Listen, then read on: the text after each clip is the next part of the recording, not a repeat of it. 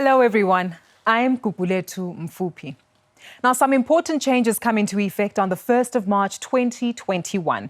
And if you are saving for your retirement in your company's retirement fund, it's important for you to understand these changes.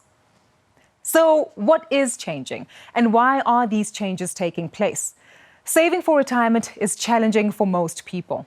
Saving enough of your salary from your very first paycheck, investing in the right long-term investment strategy, not spending your savings when you change jobs, and then making a good decision about what to do with your savings when you finally reach retirement are all important aspects of a solid retirement plan.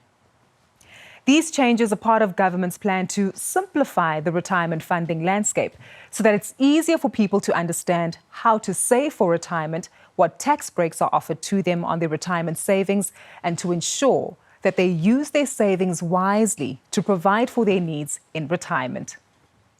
Currently, there are 3 types of retirement schemes in South Africa: pension funds, provident funds, and retirement annuities. In the past, these have all had different rules, different ways within which they were taxed, and even different benefits. Now, this is complex and makes it difficult for people to understand. So to make it easier for people to save for retirement and to understand their retirement plan better, government has commenced a plan to treat or blend these 3 types of investment schemes.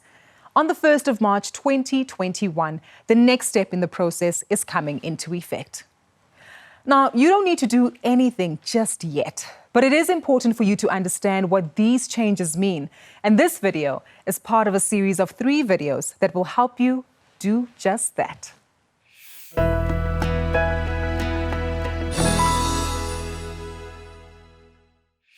Today, I'm joined by Thiru Govender here in the Retirement Reform Studio. And Thiru will be providing some comfort by outlining what is not changing for employees, as well as death and disability benefits. Thiru, great to have you with us, and thank you for making time.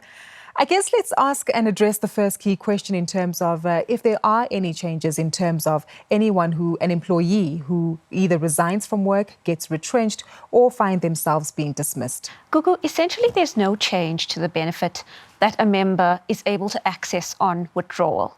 So regardless of whether a member resigns, is dismissed, or is retrenched, that member can still access their benefit fully or partly in cash. Mm-hmm. Of course, we don't recommend that a member takes cash because it hampers that member's ability to retire well. It's also then taxed as a withdrawal. But there's no change that the legislation brings in relation to what can be accessed. We know 2 things in life are guaranteed: death and taxes. And the next question would be if these changes do impact the benefit that beneficiaries have or dependents have at the time of a member's passing.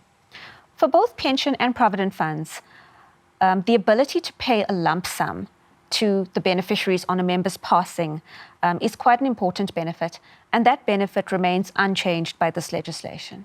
Comforting news for many employees, but what about other benefits like disability? Gugu, there are 2 forms of disability benefits that are payable. A monthly income disability benefit, so this is essentially paid to a member while they're off work and prior to their recovery, retirement, or passing. For this type of benefit, there are no changes. The other type of benefit is a lump sum benefit. This is payable on permanent disablement. Pension fund members have always been required to use 2/3 of the lump sum benefit to purchase a pension.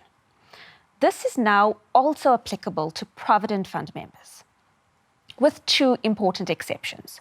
So if a provident fund member is over the age of 55, they're still able to take the full disability lump sum benefit in cash. The other scenario is if their total benefit, inclusive of retirement fund savings, is less than 247,500. In that case, they're also able to take it in cash. In practice, a challenge arises for younger members who become disabled in that the lump sum then may not offer value for money when converted into a pension, particularly if they are in severe ill health.